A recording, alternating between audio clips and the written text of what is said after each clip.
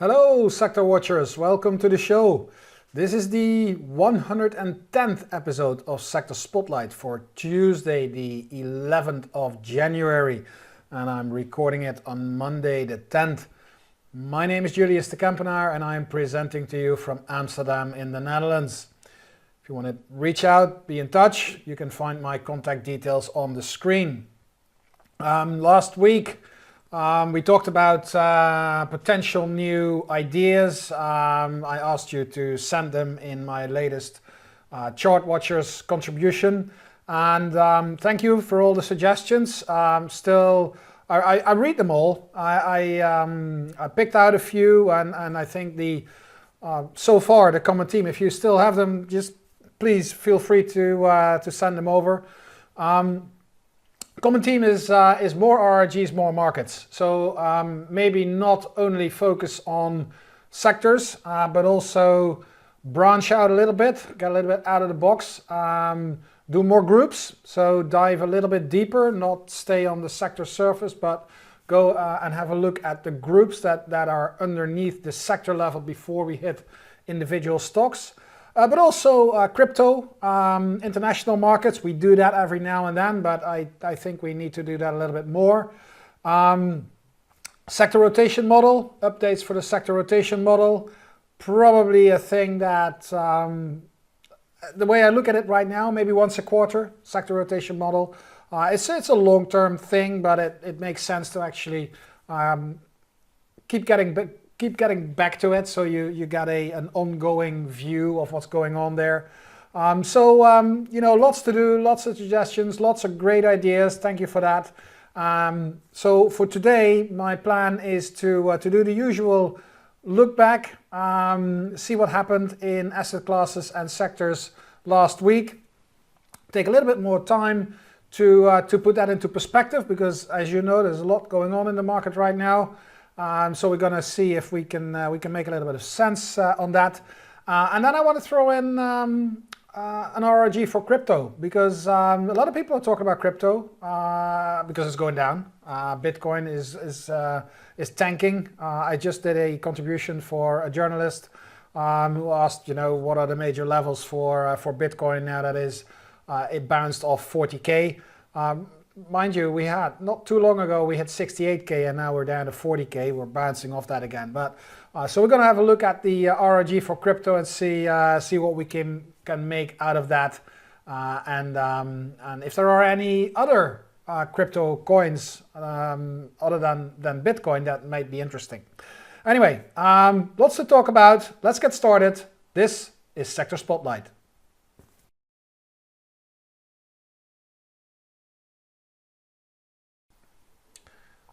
Starting with the rotation for asset classes, we have the weekly RRG on the left-hand side of the screen, and we've got the daily RRG on the right-hand side of the screen.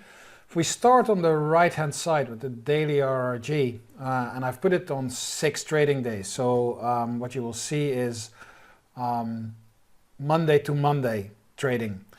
And let me fix this nicely. There you go.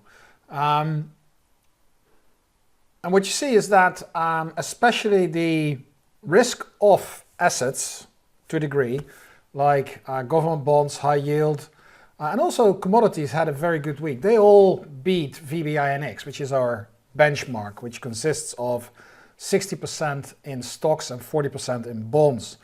The stock market SPY was just below, well, in line with the index. And then corporate bonds and real estate really below the index.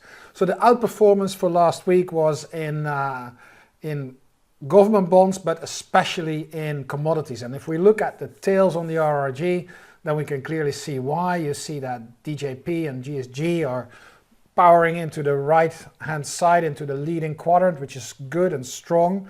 And you see that the tails of the fixed income asset classes as well as the US dollar are picking up a little bit of momentum. They're still inside the lagging quadrant.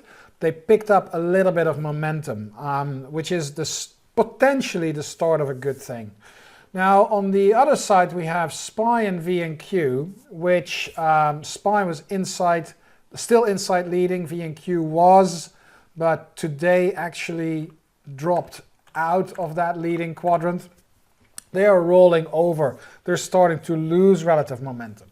Now, on the right-hand side is still good, on the left-hand side is bad. So all in all, it still means that you got to have a preference for SPY and VNQ and commodities over fixed income stuff. If we look on the left-hand side, there we have the longer-term picture, the longer-term RRG. And we see some similarities, but we also see some opposites. Now, the opposite, the most visible opposite is that for commodities, because here we have the long tails for commodities, GSG, DJP coming out of that leading quadrant, traveling to weakening. And for the last 2 weeks, they have come, the downside, the downward momentum has come to a rest, has come to a stabilization, if you want.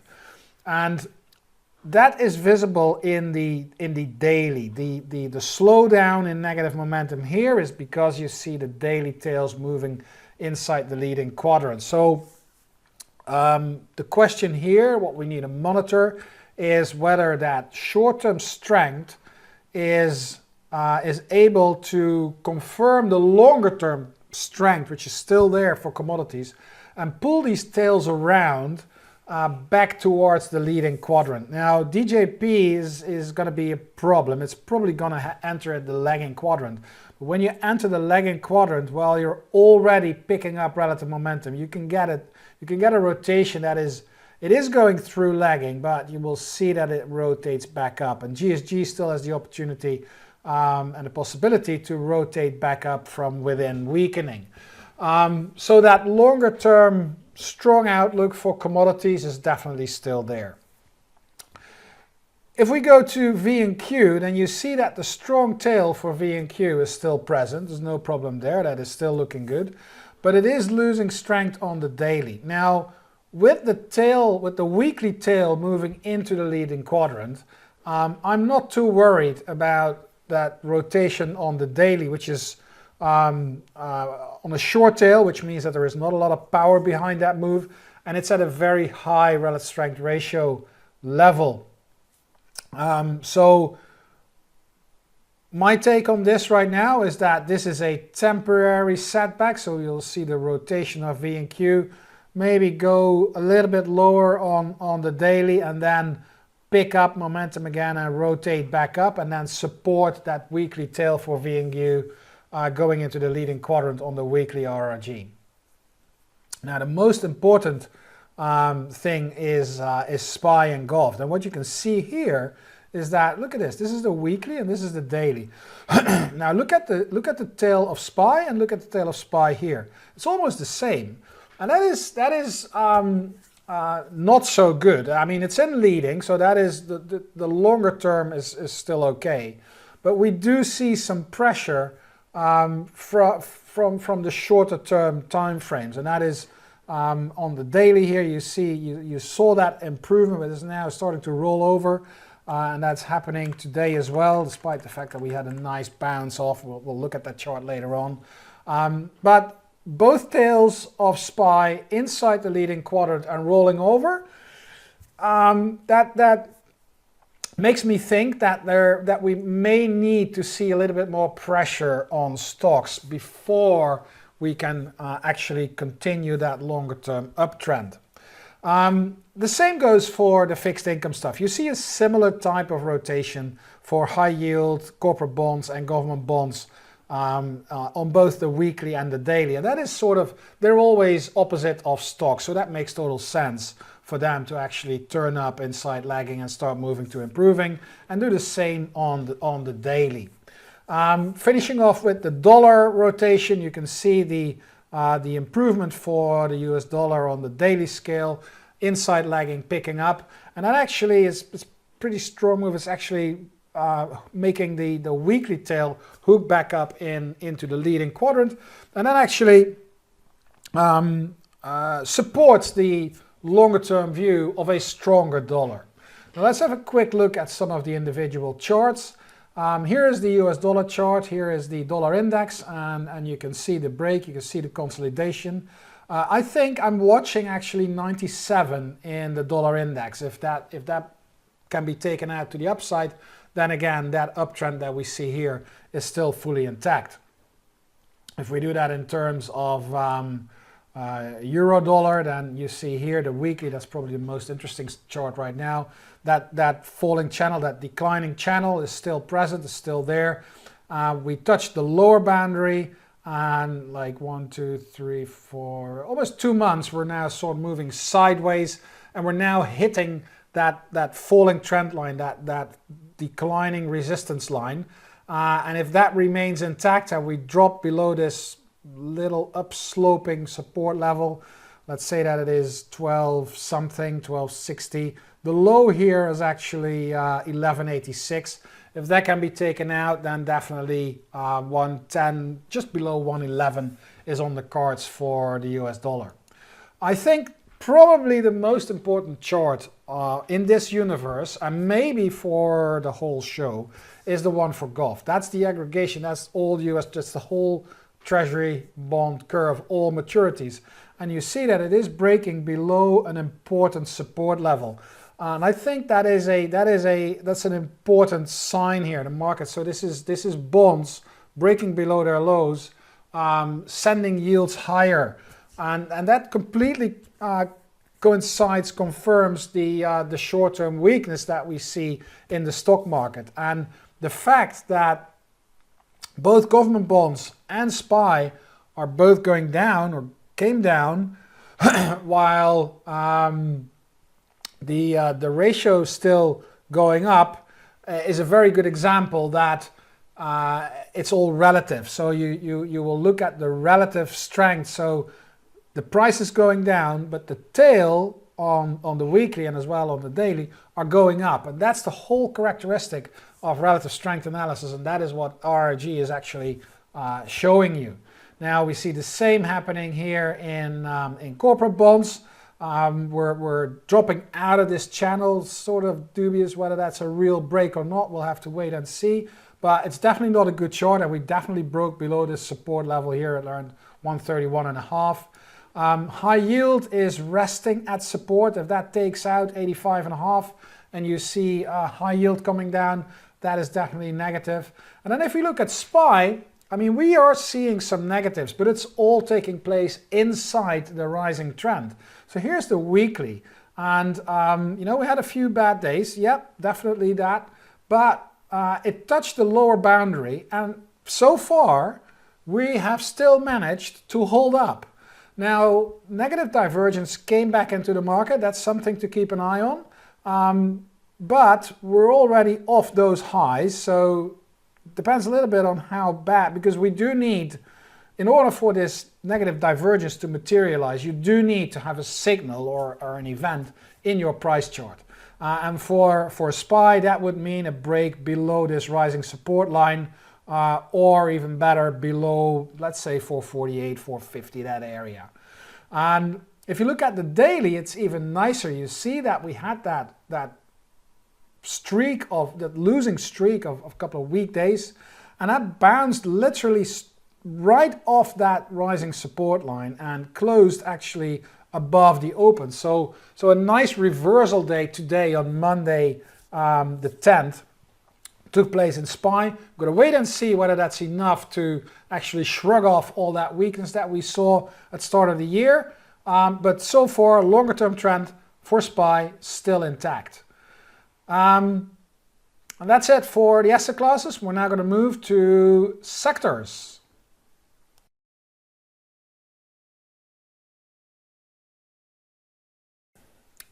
Shifting to the RRGs for sectors, we have again the weekly on the left hand side, the daily on the right hand side.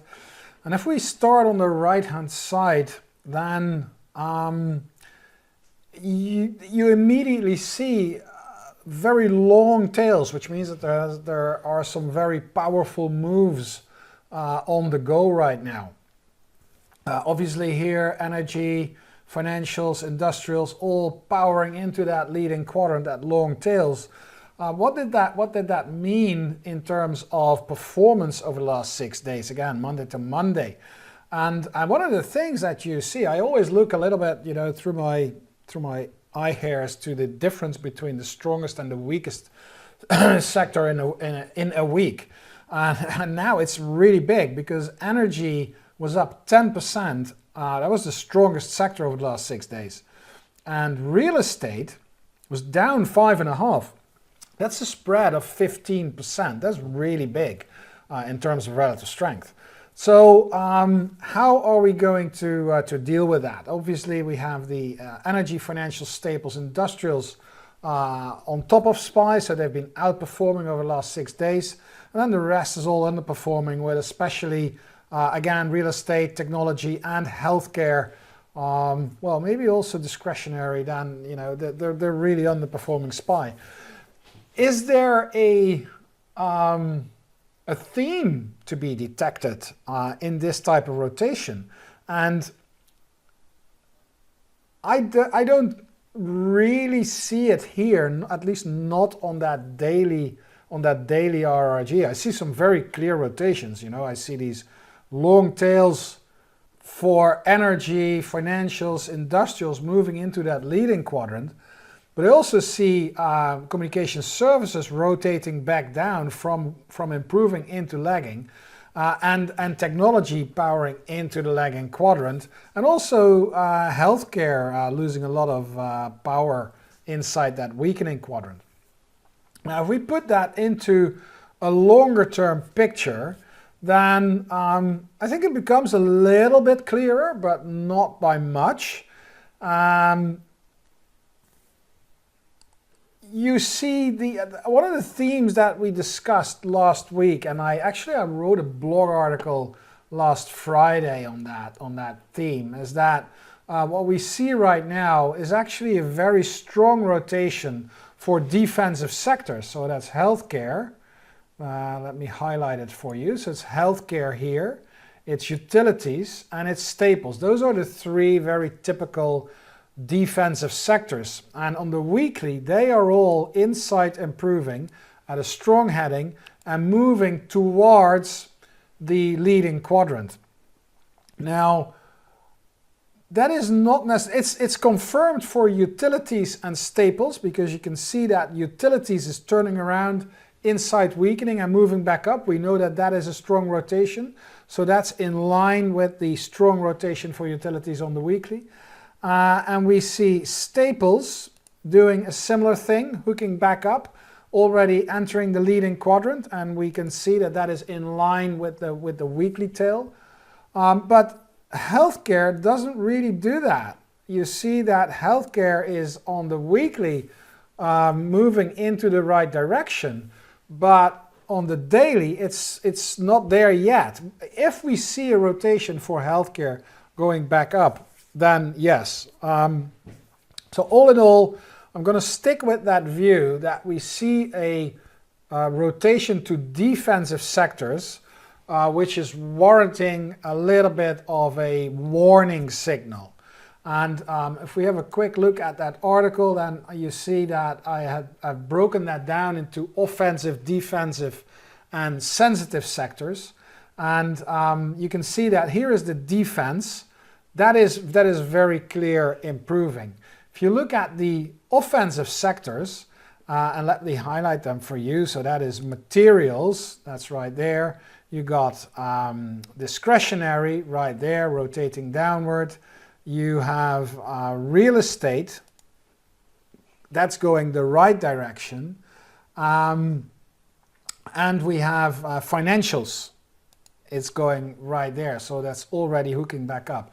But there is not a super clear direction for these offensives, and nor is there for the sensitives. They are sort of all over the place, that's mixed. So all in all, we have an image for sector rotation that shows us strength for defense, but not a very clear image for sensitive and offensive cyclical sectors. So it remains a little bit of a mixed bag. And if you look at the performances, especially also here on the weekly, you see that over the last 5 weeks, the only two sectors underperforming the S&P 500 were consumer discretionary and technology. That happens to be 40% of the market cap, so no wonder that the general index is under pressure. If we look quickly at a number of the individual charts for sectors, then you see communication services, that's a weak one. But the other ones here, energy is breaking up. You see financials that's going higher. Industrials is pushing against resistance. We have technology, still it's not looking good, but the trend in the chart is still good. You see staples doing really, really good. You see real estate testing former resistance as support right now. We look, utilities is pushing against its resistance. Healthcare, well, I mean, if it returns, then that trend is still there. We have discretionary having trouble, especially from a relative point of view, but the trend is still there. So all in all, the uptrends are still there. We see general pressure on the market from the weakness in discretionary and technology at the moment. But for me, for the time being, I'm going to judge that as temporary.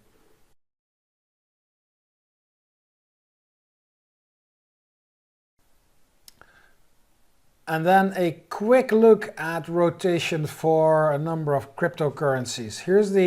This is a selection of cryptocurrencies that we have on the system here on StockCharts. They're not by a mile all of them. There are many, many more. If you go to a page, stockcharts.com/crypto, you will find all the coins that are on the system. This is a selection of it. The main takeaway for this from this RRG with regard to crypto rotation is that pretty much everything is rotating towards the top right-hand corner at a strong rotation. We've got BNB and Ethereum inside leading. They're rolling over a little bit. But pretty much all these tails are traveling at a strong heading. What that means is that the benchmark, which is in this case Bitcoin, is the weakest security on this plot. Now that's the longer term picture, so that doesn't look too good for Bitcoin vis-a-vis the altcoins. Now if you look at the daily rotation, then it's a little bit more mixed, but there's one that's really standing out, and that's Link, the coin Chainlink, ticker symbol Link USD, dollar Link USD. And it's also the strongest performer over the last 5 weeks. And you see that it is the strongest performer over the last 5 trading days as well. So I want to see how that chart looks. And if I bring up the price chart for Link, you can see that is, especially relatively versus Bitcoin, it's starting to pick up. And it does that as well when you look at the daily, even a little bit more pronounced. You can see that it came from $38, bottomed out around 18, and now we're starting this new series of higher highs and higher lows, and we're breaking subsequent resistance levels, which is a good thing, and it's actually powered higher by strong relative strength. That is one of the exceptions. That is an extremely strong coin right now, both on the weekly and the daily RRG. And I'm going to keep an eye on this one because this is an interesting one, especially when you look at the chart of Bitcoin, which is not very impressive at the moment. And here's an illustrated chart of Bitcoin. And what I see there is that off that 68K high, we sort of completed this double top formation and we started a series of lower highs and lower lows. And for the last month or so, we were resting around 45K, 45.5.